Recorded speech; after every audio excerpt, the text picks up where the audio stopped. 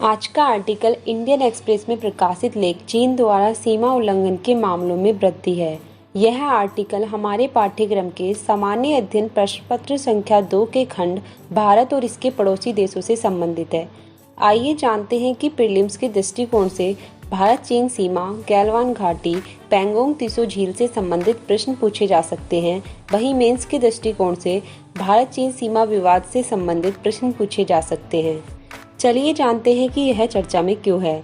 आधिकारिक आंकड़ों के अनुसार वर्ष 2015 के बाद से चीन की तरफ से लद्दाख क्षेत्र में वास्तविक नियंत्रण रेखा लाइन ऑफ एक्चुअल कंट्रोल का उल्लंघन करने की घटनाओं में उल्लेखनीय वृद्धि दर्ज की गई है।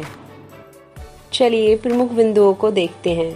वर्ष 2020 के शुरुआती 4 महीनों में चीन द्वारा 170 बार LAC का उल्लंघन किया गया है, जिनमें से 130 बार LAC का उल्लंघन केवल लद्दाख क्षेत्र में किया गया है, जबकि वर्ष 2019 में इसी अवधि यानी शुरुआती 4 महीनों में लद्दाख में केवल 110 बार LAC का उल्लंघन किया गया था। आइए उन 4 प्रमुख स्थानों को जानते हैं जहां LAC का उल्लंघन सबसे ज़्यादा अधिक बार किया गया है।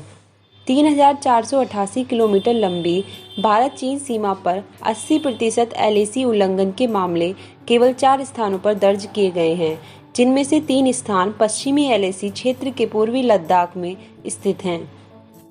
ये 3 स्थान इस प्रकार हैं। पहला, पश्चिमी सीमा।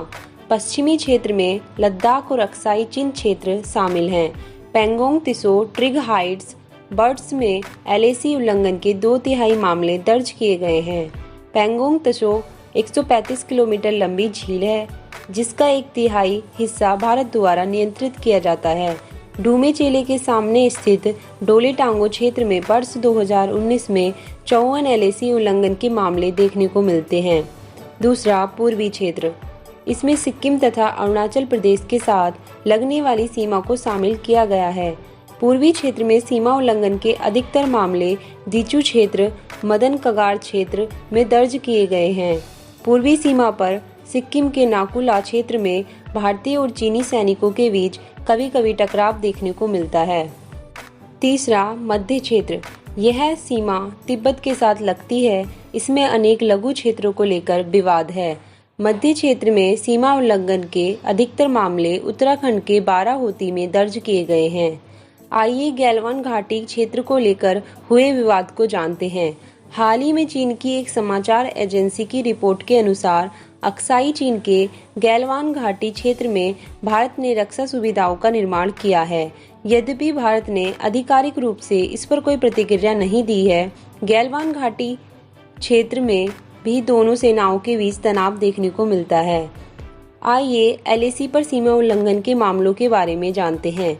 वर्ष 2015 के बाद से 3/4 LAC उल्लंघन के मामले पश्चिमी क्षेत्र में, जबकि पूर्वी क्षेत्र में कुल LAC उल्लंघन के केवल 1/5 मामले देखने को मिलते हैं। पश्चिमी क्षेत्र में अधिकतर मामले जमीनी सीमा उल्लंघन के देखने को मिले हैं, जबकि पूर्वी क्षेत्र में अधिकांश मामले हवाई सीमा उल्लंघन के दर्ज किए गए हैं। चीन द्वारा पैंगोंग त्सो झील क्षेत्र में वायु, भूमि तथा जल तीनों LAC सीमाओं का उल्लंघन किया गया है।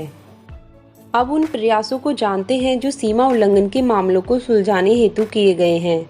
वर्ष 2017 में डोकलाम गतिरोध के बाद से पूर्वी क्षेत्र में LAC उल्लंघन के मामलों में वृद्धि दर्ज की गई है। डोकलाम गतिरोध के तुरंत बाद सितंबर 2017 में सियामेन में ब्रिक्स शिखर सम्मेलन के दौरान दोनों देशों के शीर्ष नेताओं द्वारा मुलाकात की गई। वुहान में अप्रैल 2018 में प्रथम अनौपचारिक शिखर सम्मेलन के दौरान दोनों देशों के नेताओं ने सीमाओं के प्रबंधन की दिशा में विश्वास एवं आपसी समझ बनाने की दिशा में रणनीतिक मार्गदर्शन जारी किया। भारतीय प्रधानमंत्री और चीनी राष्ट्रपति की बिश्केक और महाबलीपुरम में मुलाकातों के बावजूद वर्ष 2019 में 497 बार LAC का उल्लंघन किया गया। चलिए आगे की राह के बारे में जानते हैं। चीन भारतीय सीमा के उल्लंघन के कदम एशिया में भारत की बढ़ती प्रभावी स्थिति को चुनौती देने के लिए उठाता है।